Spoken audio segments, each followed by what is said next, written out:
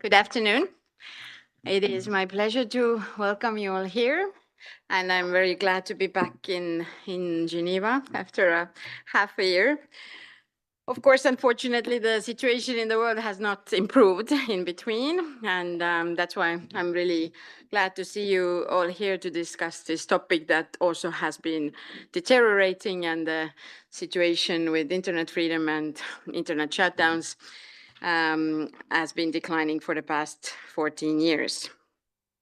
So first of all, I will make some quick opening remarks, and then I will introduce our wonderful panel.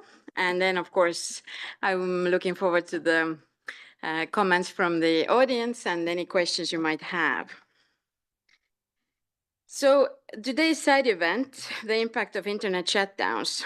As Estonia's representative, a nation that has long championed the importance of a free, open, and secure internet, it is with great pride that I address this group of stakeholders, and we know that it is a multi-stakeholder approach which is needed in these topics, who have come together to explore the profound implications of internet shutdowns on human rights. Today's discussion is both timely and crucial. As we know, access to the internet has become a fundamental enabler of many human rights. It is not only essential for the realization of freedom of expression and freedom of association, but also for access to education, public services, and so much more. The very fabric of our modern societies is increasingly intertwined with the digital world. And it is important to imagine a fully functional democratic society without unrestricted access to the internet. Estonia offers almost all government services online. We are very, very used to it, from filing taxes to accessing healthcare and voting in elections, as the minister was able to see a few weeks ago in Estonia. Citizens can handle most administrative tasks securely through digital platforms. Estonia's e-identity system allows residents to authenticate their identity and sign documents online, making processes fast and efficient and to reduce also bureaucracy. Accordingly, when we talk about Estonia, it is possible to even claim that access to internet is almost considered as a human right itself. As among others noted by the UN SDGs in its visionary report called Our Common Agenda, it may be time to reinforce universal access to the internet as a human right, with accelerated steps to connect the remaining 3.8 billion people offline to the internet by 2030. Yet, in contradiction to the goal of achieving universal internet access, we are confronted with an alarming, increasing, and persistent trend of internet shutdowns around the world. These actions, whether imposed during times of conflict, political unrest, or even elections, undermine the principles of free expression, transparency, and accountability. In addition to addressing the implications of internet shutdowns, we will address today the question of whether internet shutdowns can ever be justified. We all know that according to international law, the measures taken to restrict human rights need to be truly exceptional and always have to be legal, proportionate, and necessary. But do the internet shutdowns ever meet these criteria? Dear panelists, dear ladies and gentlemen in the audience, Estonia firmly believes in the power of multi-stakeholder cooperation, and that is why we are now chairing the Freedom Online Coalition for the second time. The Freedom Online Coalition is a powerful force in our collective effort to address the growing challenges we face.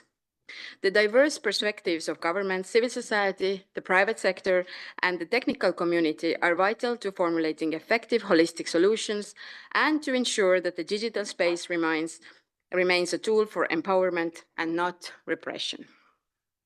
Exactly because of this, it's also today's event a true representation of a multi-stakeholder approach. We are glad to have here the representatives of government, UN, civil society, as well as private sector, whom I will introduce shortly. Let us use this opportunity to find in common ground, sharing knowledge and leveraging our collective expertise on the issue. We are also proud of the work of the Freedom Online Coalition's task force on internet shutdowns. From sharing good practices and issuing joint statements, the Freedom Online Coalition exemplifies how we can work together and safeguard the freedoms that come with it. I would like to thank the UK and Access Now for all their hard work on this issue in the coalition. The work of the task force will be carried on within the coalition, as shown by this event, as well as the statement that will be delivered at the Human Rights Council session on the 17th of March. So as the structure of this event, we will start with the presentations by the panelists. We will watch then 2 video clips with the personal testimonies from human rights activists, and there will be interventions and hopefully also questions from the floor afterwards, as said. The panelists will deliver short concluding remarks also in the end. So now I would like to come to our panelists, and I'm very happy to give the floor first to the Foreign Minister of the Maldives, whom I had the pleasure of meeting in Tallinn, as said, in the middle of January, inside a lot of snow. But you were appointed the Foreign Minister in September of last year. And prior to that, you were serving as the Minister of Health of the Maldives. And you have been also a very active member of the Freedom Online Coalition. So we are very happy to have you here, Minister. So then we have Ms. Peggy Hicks, has served since January 2016 as Director of the Thematic Engagement, Special Procedures and Right to Development Division at the UN's Human Rights Office. And from 2005 to 2015, she was Global Advocacy Director of Human Rights Watch. And Ms. Hicks has, during her time in office, been especially devoted to human rights in digital environment. Then we also have a participant virtually online, Ms. Laura O'Brien, who I know also from the past. Very nice to see you. She's the Senior International Counsel at Access Now. Her work focuses on a range of issues, including internet shutdowns, connectivity, cyber and digital security, privacy, and surveillance.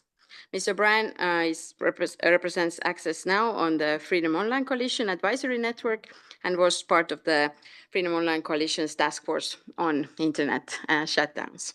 And of course, last but not least, we have Mr. Ashutosh Shada, is the Senior Director of Microsoft Switzerland. And Mr. Shada is currently responsible for building partnerships with UN and other international organizations. In a career spanning over 37 years, Mr.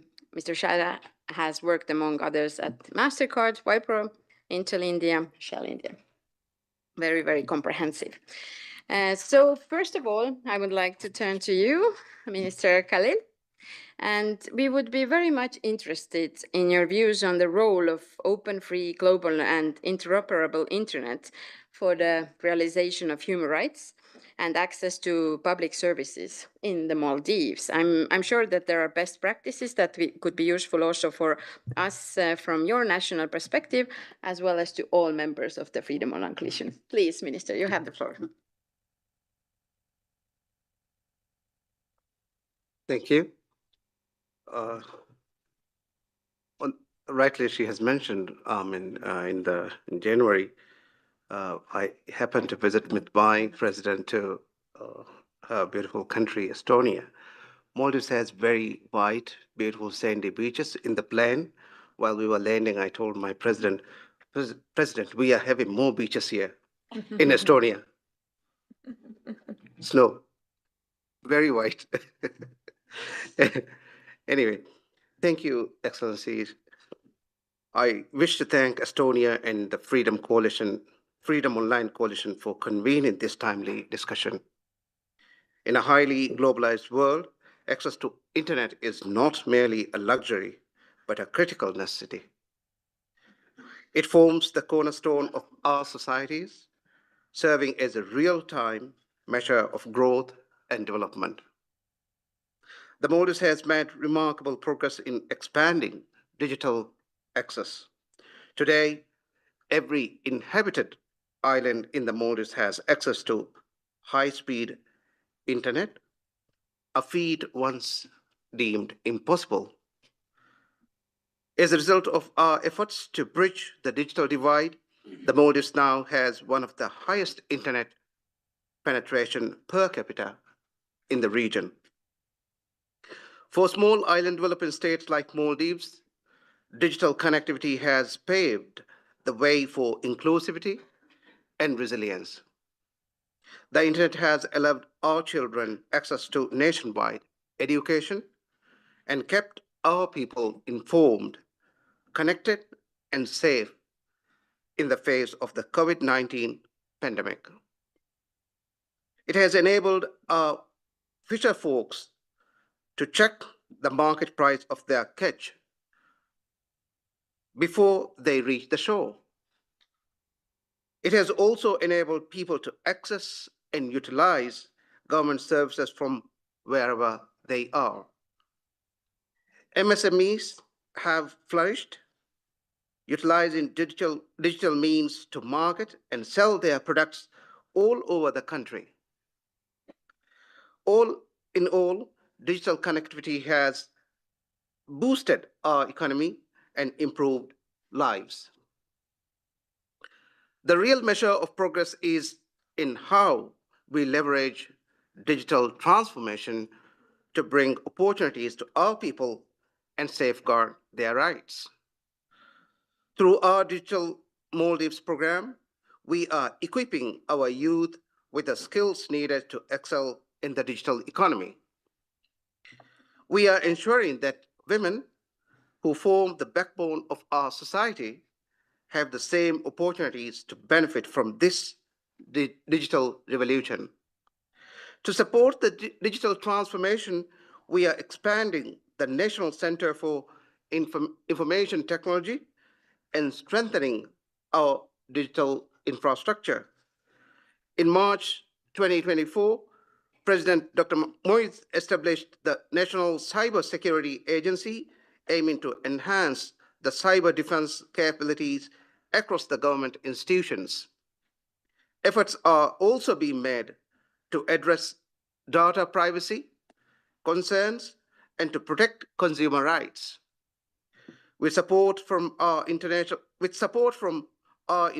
partners, we have initiated work to expand EFAS, our national digital identity system, ensuring that every Maldivian can access public service safely and seamlessly.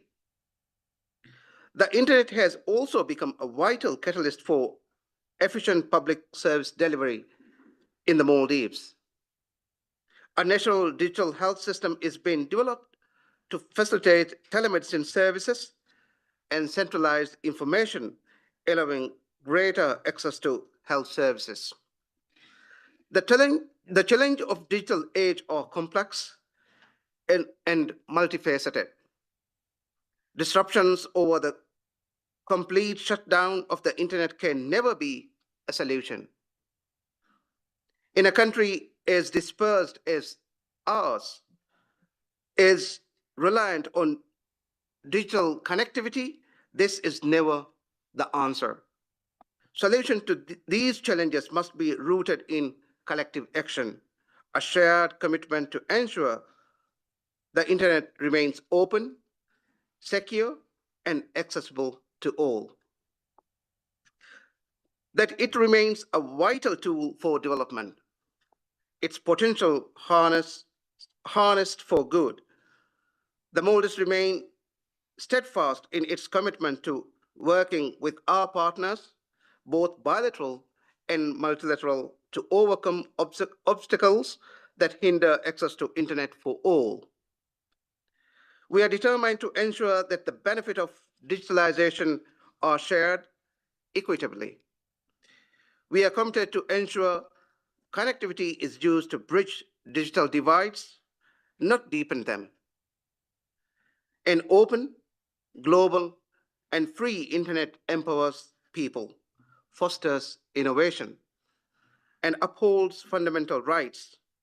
Let us keep the internet on as a space of opportunity, possibilities, and creativity.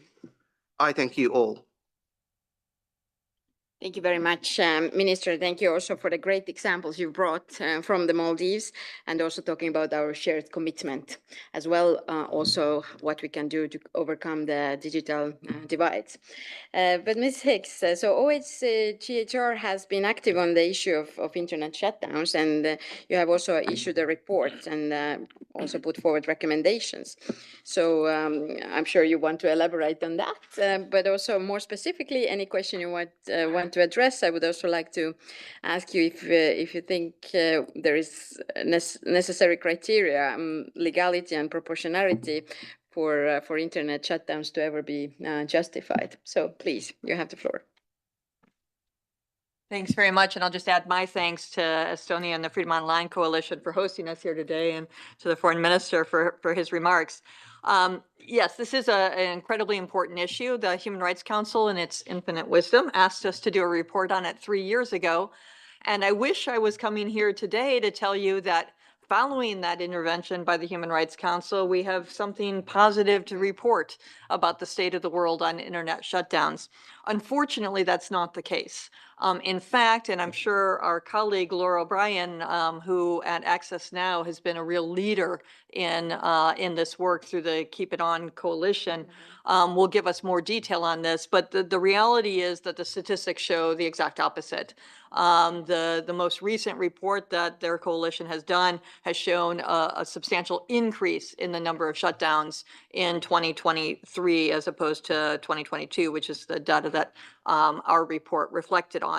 And, you know, that doesn't come as a surprise in that the measures, despite the work that the Freedom Online Coalition and others have done, have really not cut through this troubling area of work. And so I'm very glad for the chance to say a bit more about why it's so important to step up the engagement on the issues of internet shutdowns. You'd ask, Deputy Foreign Minister, about why this is so important. And I do want to reiterate the findings of our report, which is it's really important to note that shutdowns are not just, you know, things that tend to happen some random time. They actually happen at the most critical periods for the internet to be available for people. So in periods of crisis, in periods of elections, that is the most frequent case for internet shutdowns. And it's also, I think, really important to emphasize that while they're often justified based on needs of national security or public safety, the reality that we were able to document in the report is that the opposite is true. When there's this environment of lack of information and lack of transparency, it actually creates an environment where violence and abuse can flourish. And we've been able to document that in cases as well. Also, it's important because while we tend to think in venues like this about all the ways that an internet shutdown can have an impact on free expression and free association, the reality is the internet is so much more, as the comments from the minister show. It is the lifeline for people in their jobs, in their health, in their education. And when it's shut down, people suffer. And those impacts are very visible. They have direct impacts on people's lives, sometimes even loss of life. And there's been studies that have shown the overall economic impact from internet shutdowns is profound. So this is why it's so important to engage around this. But as you said, there's a question really about, so what does the law say here and how should we be engaging? The report looks at the legal standards of necessity, legitimacy, and proportionality, and the requirement under human rights law that basically you should try to use the least intrusive means available to accomplish the public goal. And that doesn't mean that a shutdown is per se illegal in every instance, but it means that if a government thinks a shutdown is needed, it needs to do it in a very particular way that involves transparency, a limited duration, notice of why it's doing it, what the public goal is, and as I said, the least intrusive means available. Unfortunately, the data that we found is that they're just not done that way.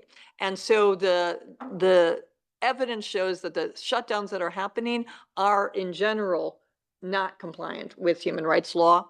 And that's why, of course, we've pushed in the report for more to be done on that. Why not have a general facility that pulls together the data on an ongoing basis about internet shutdowns and ask governments to report to that facility about do they have a shutdown in place? How long is it in place for? What is the legal basis upon which they are shutting down the internet?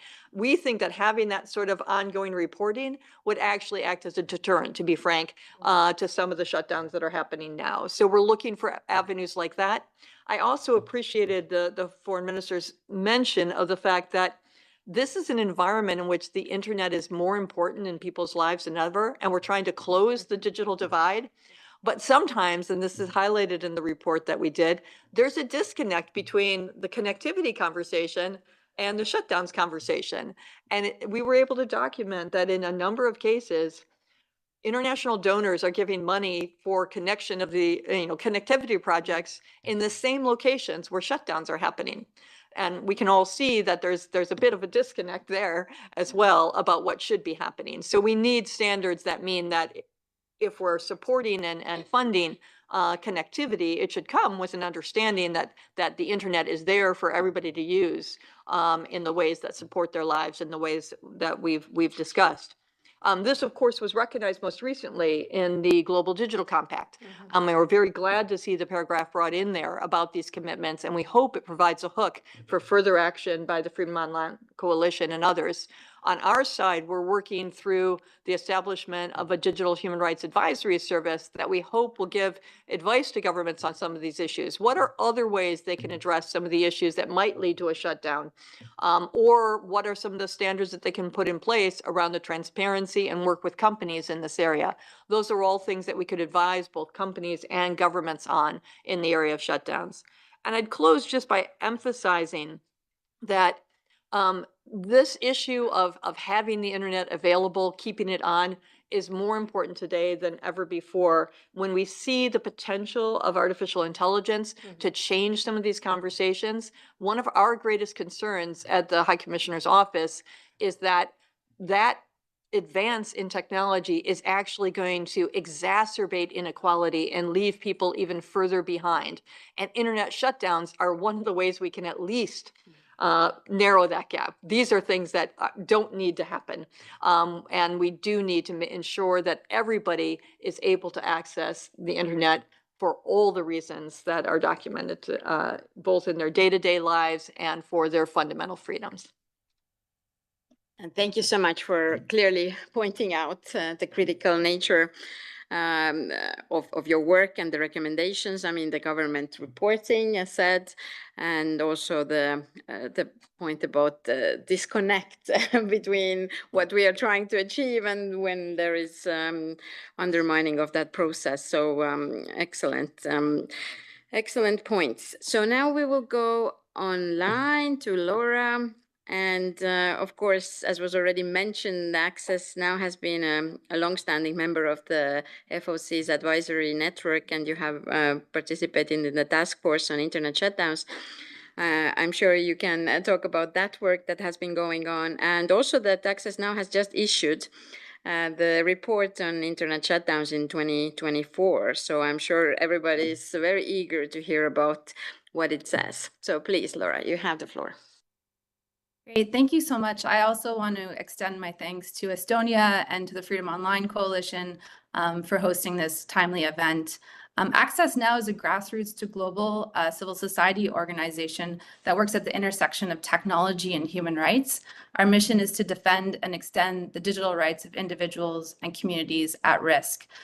Since 2016, we have been coordinating the Keep It On Coalition, as mentioned, which today unites approximately 345 civil society organizations around the world. It's considered the world's leading coalition pushing for an end to internet shutdowns. And as mentioned previously, each year we do an annual report documenting the internet shutdowns of the previous year. Yesterday, so this is a very timely discussion to be had today, as yesterday we published our annual report from 2024. It's titled Emboldened Offenders, Endangered Communities, Internet Shutdowns in 2024. And as Peggy Hicks from OHCHR eloquently reported, we're very concerned about the trend that we're noticing, which is an increase in internet shutdowns. In 2024, we documented 296 shutdowns in 54 countries. So I'd like to briefly speak to some of the data and interesting findings of that report, but I do encourage you all in the room to turn your attention to the report. It's available on our website, and read it in more detail as it offers recommendations for all stakeholders involved in this fight against internet shutdowns. So turning to some interesting findings, we found that the top 4 offenders with the highest total number of shutdowns accounted for 209 cases, or approximately 71% of the global total. There was 3 important trends emerging this year. The first is that the landscape for monitoring and pushing back on internet shutdowns has grown increasingly complex. It's created new challenges for attribution, accountability, and prevention. So for instance, cross-border internet shutdowns are on the rise. Last year in 13 countries, people experienced 25 shutdowns implemented by a combination of 8 perpetrators outside of their borders. The second trend we notice is that perpetrators of shutdowns have become more sophisticated in their mechanisms for imposing internet shutdowns, and have even thwarted circumvention attempts, including using techniques such as jamming devices, cyber attacks, and tampering of sub-cable landing stations. The third trend we've noticed is the role of the private sector. It continues to evolve as providers of alternative connectivity solutions like satellite internet gain influence over people's ability to connect, and that companies that run social media platforms adopt content governance practices that may lead more governments to block or otherwise interfere with access to these platforms. And then finally, similar to previous years, we continue to witness shutdowns imposed during conflict, protests, exams, and elections around the world. And this year, we documented 72 shutdowns that were linked to grave human rights abuse. I'd be happy to speak more about what the Freedom Online Coalition has done in the task force on internet shutdown. I think the FOC has been instrumental in developing norms on internet shutdowns at the multilateral level, but also bilaterally. Access Now, as previously mentioned, has served as a co-chair for 3 years of the task force on internet shutdowns, along with Global Network Initiative, and alongside our government co-chairs, initially the US government and then the UK government. The Freedom Online Coalition has been instrumental in issuing joint statements on shutdowns, starting in 2017 with the joint statement on state-sponsored network disruptions, all the way up to even this year. We're still discussing current issues that are more complex. And I've noticed that the coalition has, delved into some of these more pressing trends on elections and protests and other issues alongside some joint statement. The advisory network finally has also been essential in providing information on a more ad hoc basis to the FOC governments for internal purposes and otherwise to do more of an information and knowledge sharing alongside hosting learning sessions on trends and alarming instances that we're seeing. So together, I do think that the Freedom Online Coalition has a huge potential impact to keep combating this issue. And we at Access Now and through the Keep It On Coalition are eager and willing to continue to engage in this multi-stakeholder manner today. Thank you. Thank you. Thank you so much, Laura, and also for pointing out these trends. We are all going to be looking online in more detail, but of course, as you said, it's not very encouraging, and we also already heard now about the role of the private sector. So I'm very happy now to turn to Mr. Shada. I mean, we are very happy to have a private sector representative here, but even more so that Microsoft is also part of the FOC's advisory and network. So I'm sure you're the right person to ask on the role of the private sector in addressing and countering the internet shutdowns, and also how do you see the cooperation between the private sector, the UN, and the governments and civil society? So please, you have the floor. Thank you very much, and thank you so much to the organizers, Estonia, UK, and the Freedom Online Coalition for something which is so important. I'd like to sort of My previous speakers have actually gone about talking about the benefits of technology, but before we get into that, I'd like to also look at, while Microsoft doesn't have a social network platform, we don't have a consumer platform, but we definitely have a business which runs on the backbone of the internet. So anything that impacts the internet impacts us. Anything that impacts us impacts our partners and our customers, and that impacts people at the end. So in the end, it's one big circle, and so we're very glad that we're having these conversations, because we think that the internet, as ubiquitous it is today, is an essential part of human life. But we also possibly need to understand the nomenclature for internet shutdowns. And these are also referred to sometimes as network shutdowns, network disruptions, or restrictions, and can definitely encompass a broader set of telecommunication networks, right? It's not just the internet, it's the mobile, it's everything else, right? And the tactics that are used over here could be just blocking. It could also be ensuring limited bandwidth or slow access, so restricting the ability of individuals and organizations to actually leverage telecommunication for any useful purpose. Let's also not forget that this could also be something done by bad actors. And one of the previous speakers talked about cyber attacks, and this is a true situation. So it's not just about who does it, but it's when it gets done and what the impact is. And when we start looking at the impact, I think the implications are huge. The implications are economic in nature. Its shutdowns disrupt businesses, they hinder economic growth, lead to substantial financial losses. It's definitely something that we've all discussed, looking at human right violations. It restricts freedom of expression, access to information, and can exacerbate social and political tensions. And actually, in situations, it can actually accelerate misinformation and disinformation, because if you don't know what's really happening out there, you won't know whether it's true or false, and there's no way for you to actually verify that. More importantly, during humanitarian crises, technology has become a very important tool to make sure the right support reaches the right people at the right time. And if we have an internet shutdown, that's another impact that we're looking at. We're talking about the social, cultural, human impact of shutdown, which is access to work, access to education, access to health facilities. But fundamentally, just step back and think about it. If you lose access to your bank account for even an hour, what will happen? If you lose access to the ability to talk to a loved one somewhere 2,000 kilometers away, what will happen?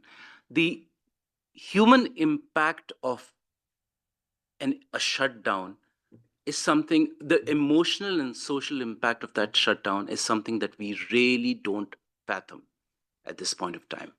And that is something which I don't think so any one of us actually collates together. Because in situations where, and they, as Peggy did mention, that there could be national security situations where there is the need for doing something. But apart from that percentage who's involved in creating that national security situation, there are possibly tens and millions of others who are not involved in that and who get impacted. And we need to think about the impact on those people. And that's not just an economic impact, it's a social and a psychological impact that can happen.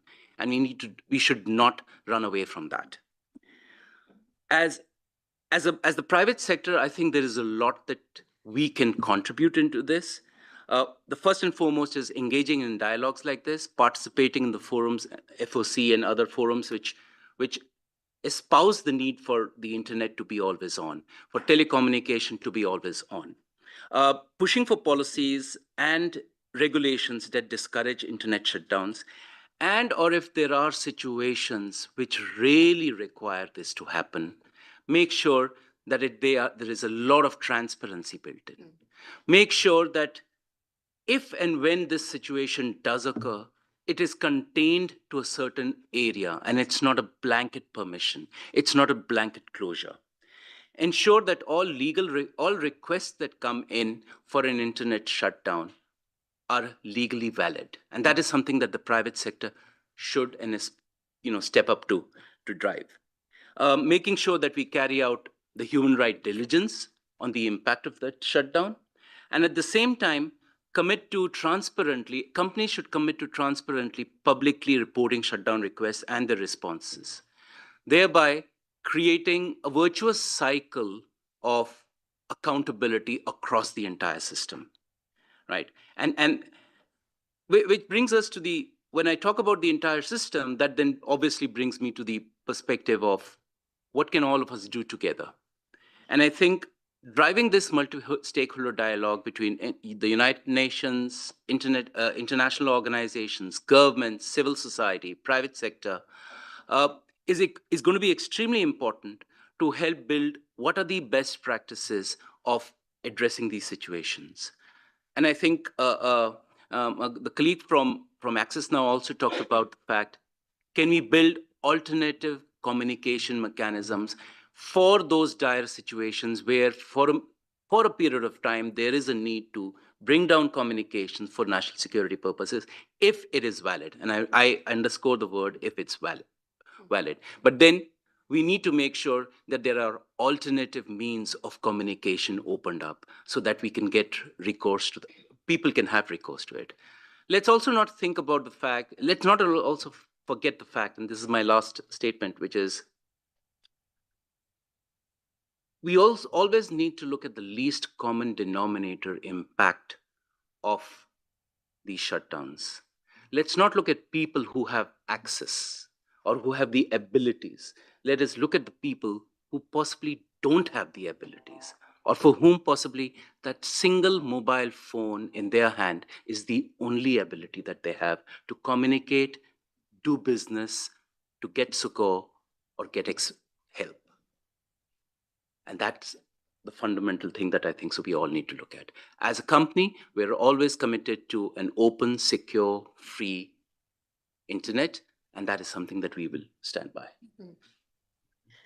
Thank you so much for giving us your perspective and also about the economic, social, and actually human impact in all of this and what you have to consider as a private sector representative.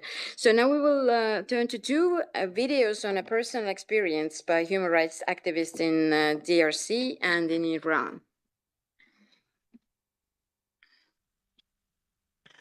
Good morning. My name is Arsene Tungali, Executive Director of Food International. I'm based out of the DRC, Democratic Republic of Congo. I'd like to share, to provide this video as a way to help you understand what is it like an internet shutdown. And I'll focus on one specific internet shutdown that the DRC has experienced, and this is right after the election day in December 2028. So it's like in the morning, you wake up and you can't browse. That means there's no way for you to access the internet. You browse on social media, nothing is happening. You browse your mailbox, nothing is happening. And you are wondering what's going on exactly. You try to make calls using voice over IP, be it on WhatsApp, on any other platforms, but you can't connect. And then you try to ask someone close to you whether they're experiencing the same problem. And then you just realize that actually internet has been shut down. And that means they've cut off all forms of communications, making it hard for anyone to communicate using the internet. This means if you rely on the internet to have news on your family members who are living in different areas of the country or even outside of the country, you are stuck. This means if you are doing an online course or doing e-learning, that means you are stuck on that very day. If you are doing business using the internet, that also means you are having difficult times to do your business. Imagine some people are using a small business using mobile money operations. When internet is shut down, that means they are facing challenges, working on making their business thrive. So this is a clear violation of people's ability to enjoy their freedoms of freedom of expression, freedom of accessing information, freedom of accessing education, even of accessing health supports through online platforms.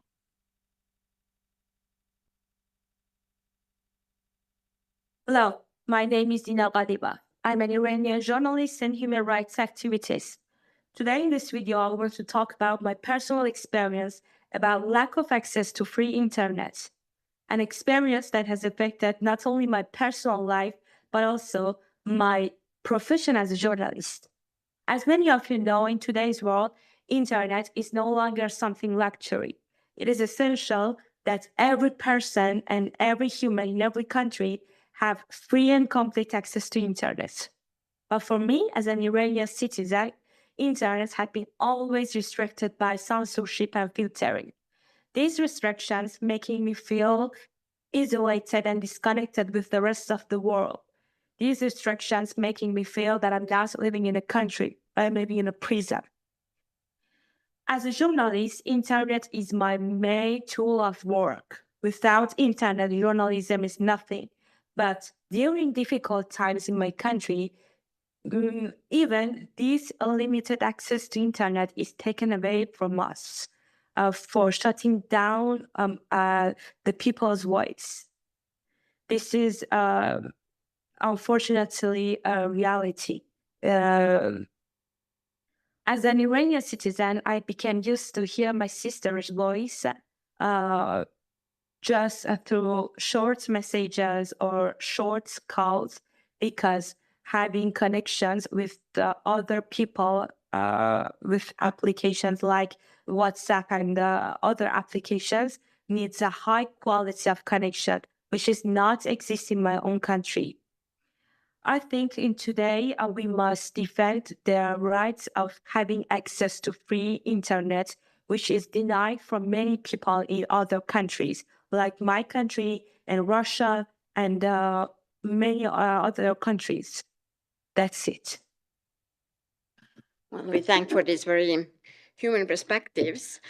So now we will turn to the interventions from the audience, and I'm very glad to first of all give the floor to the Human Rights Ambassador of the United Kingdom, Ms. Eleanor Sanders, who also has been the UK overall, and I'm sure you yourself has been also dealing with the issue of internet shutdowns in the framework of the FOC, as was already mentioned. So please, you have the floor. Thank you very much, Deputy Minister, and thank you for saying a little bit about the UK's commitment to this issue and some of what we have been doing. You said a little bit about what I wanted to say, which is very much to signal how grateful we are for this event and for this opportunity to talk about an issue which is really very important in the context of human rights, but also in other contexts, actually. I mean, as a lot of the panel discussion has highlighted, internet access is not in itself a human right or a basic need. However, it does have the potential to undermine human rights, to frustrate democratic processes, to hinder growth when we restrict or shut down internet access in some of the ways that we've been discussing. And exactly as you've just highlighted, my role is primarily focused on human rights. A lot of that is discussing human rights situations here in Geneva, and it's really been striking to me that there is a correlation between restrictions on internet access, internet shutdowns, and human rights situations of concerns, including in conflict situations. I was recently in Bangladesh, for example, and I was struck by how during the atrocities of last July, August, there was quite a long and nationwide internet shutdown, or some internet shutdowns, which, as I say, I think there's still some investigation to be done, but clearly correlated with some of the worst human rights abuses, atrocities, and potentially crimes, war crimes, conflict related crimes there. Similarly, I've just this morning been at a very, very grave human rights abuses and humanitarian challenge there. And again, internet shutdowns are there and correlate with some of those issues. Obviously, the exact causal relationships need to be unpicked in a little bit more detail, but it's definitely a very real issue for us to be grappling with. All of that is to say that we as the UK are very glad that we are able to get into some of these issues in a little bit more detail. As you may know, we co-chaired the Freedom Online Coalition Task Force on Internet shutdowns in 2023-24, and we're keen that we can continue to get into the detail. It's right, as we have been saying, that we discuss in this context, in multilateral settings, also in the context of the Global Digital Compact, where there are references to these issues. And it's right that we continue to do this with not just in these multilateral settings, where we largely all agree on the importance of the issue, but with a range of communities and stakeholders, with civil society, private sector, and other actors. I don't want to say too much because I think there are other people who will want to speak, but thank you for giving me the floor. If I could ask one question, perhaps for now, perhaps for coming back to, but I'm quite interested also in the context of sort of the correlation with conflict situations and human rights abuses.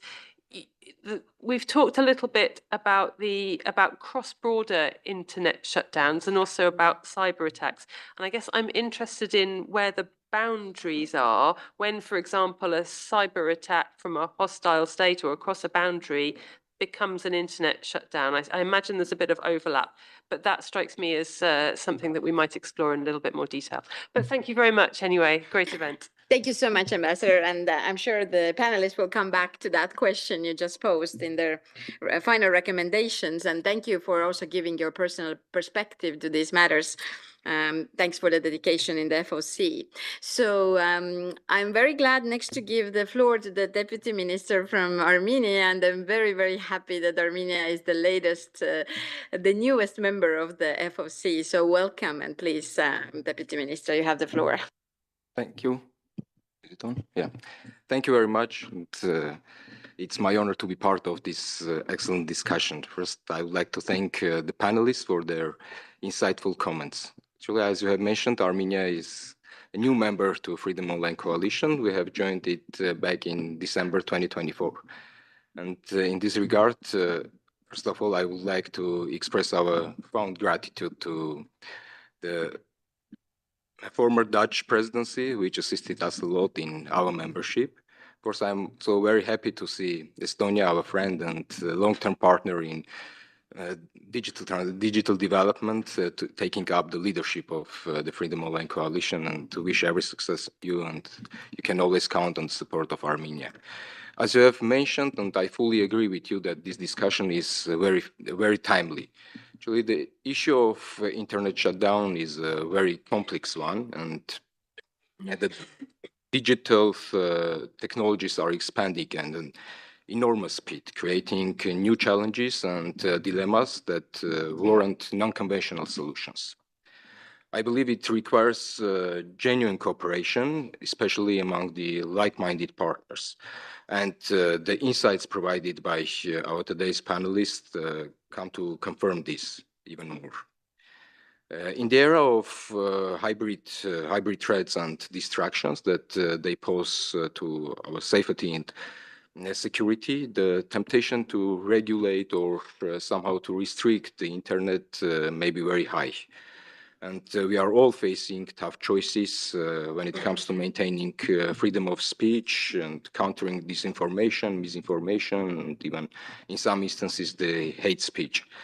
And the numbers we have just heard by our panelists, distinguished panelists, particularly on internet shutdown in conflict situation, are not encouraging. And I believe it needs more attention from all of us.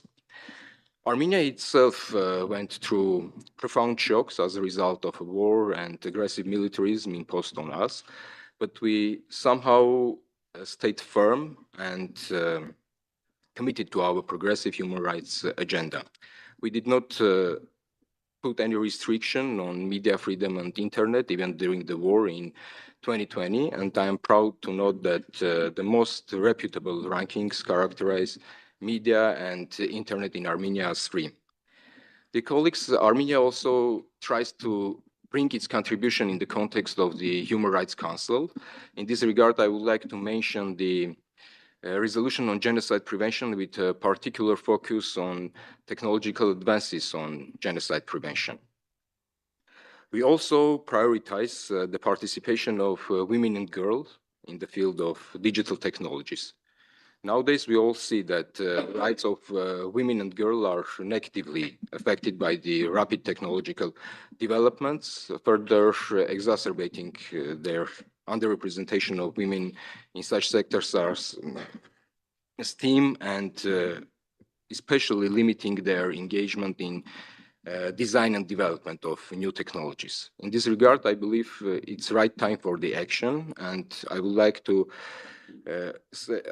note that this year, during the 58th Human Rights Council, Armenia and Estonia, together with a large number of cross-regional group of states, are initiating a joint statement on digital technologies and the rights of women and girls. And we all count on kind support of all our partners in this regard. We have long been a strong proponent of a human rights-based solution in ICT, and we strongly believe that more efforts should be put in order to ensure in such areas as STEAM education or digital literacy, full, equal, and meaningful participation of women and girls. And we should take more action in this regard. Once again, thank you very much for the invitation, and I wish fruitful discussion to all of us. Thank you very much. Thank you so much, Deputy Minister, and thank you for your dedication. So I think we have time for two more short interventions from the audience before coming back to the panel. So I'm very happy to give the floor to the Human Rights Ambassador of the Netherlands, as we have taken over from you in the FOC. So please, you have the floor.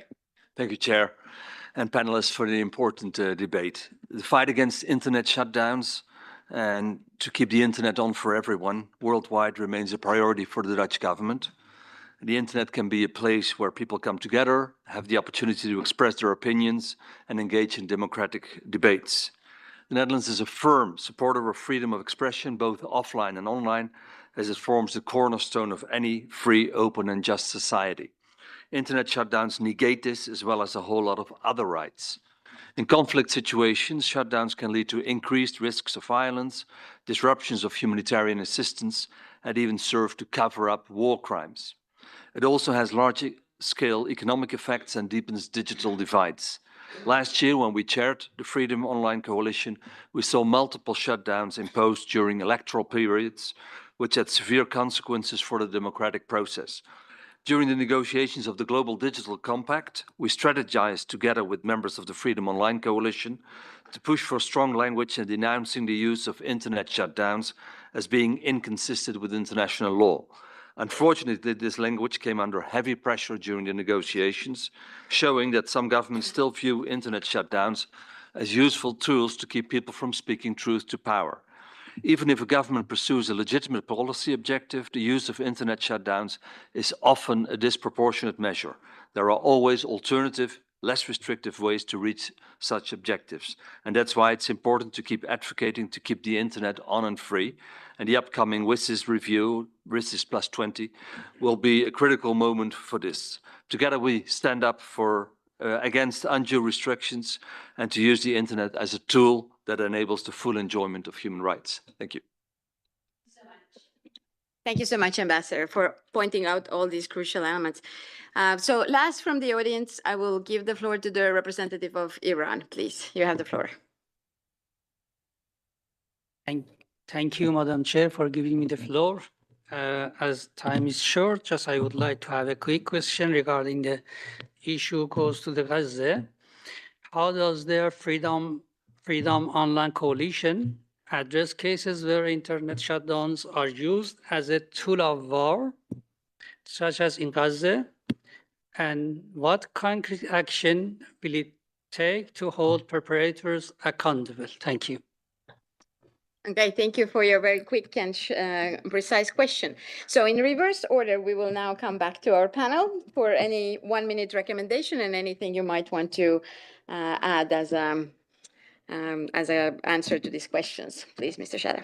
Thank you. So, no, I think very quickly reiterating as a private sector, full transparency, accountability, and the need to maintain and sustain a free internet which is open and available to all is a systemic requirement. To the question which I think the minister from the United Kingdom put in terms of where does a cyber attack become an internet shutdown, I think I'd leave the answer to that to our colleagues from FOC or even OHCHR. But fundamentally, I'll say while the issue we need to look at what the outcome is, and if the outcome is connectivity going down or communication going down, that is something which is not acceptable. So it doesn't matter where it emanated from, we need to prevent against that. Thank you. Very clear. So now we'll turn to Laura, please. You have the floor. Yes, thank you. I think one key important takeaway is that no single stakeholder alone can end internet shutdowns, so we all must work together to keep it on. For the Freedom Online Coalition in particular, I think the FOC needs to renew and deepen its commitment to preventing internet shutdowns and pursuing accountability when they occur. I think the Freedom Online Coalition should specifically also look more at the UPR process within the Human Rights Council, both states acknowledging in their reporting that they're keeping the internet on and also making recommendations regarding internet shutdowns. With regards to the issue of conflict and cyber, I think this is the direction that we need more normative development on, which will require a lot more of these discussions, both in the human rights perspective, but also in other areas as well in the UN. So I think we really need to host more of these events, more of these discussions, because it is a lot more complex when it's getting into, the different angles and issues involved. So I do think the Freedom Online Coalition is actually well placed to kind of harness that discussion and bring it forward. Thank you. Thank you so much. So please, OHCHR.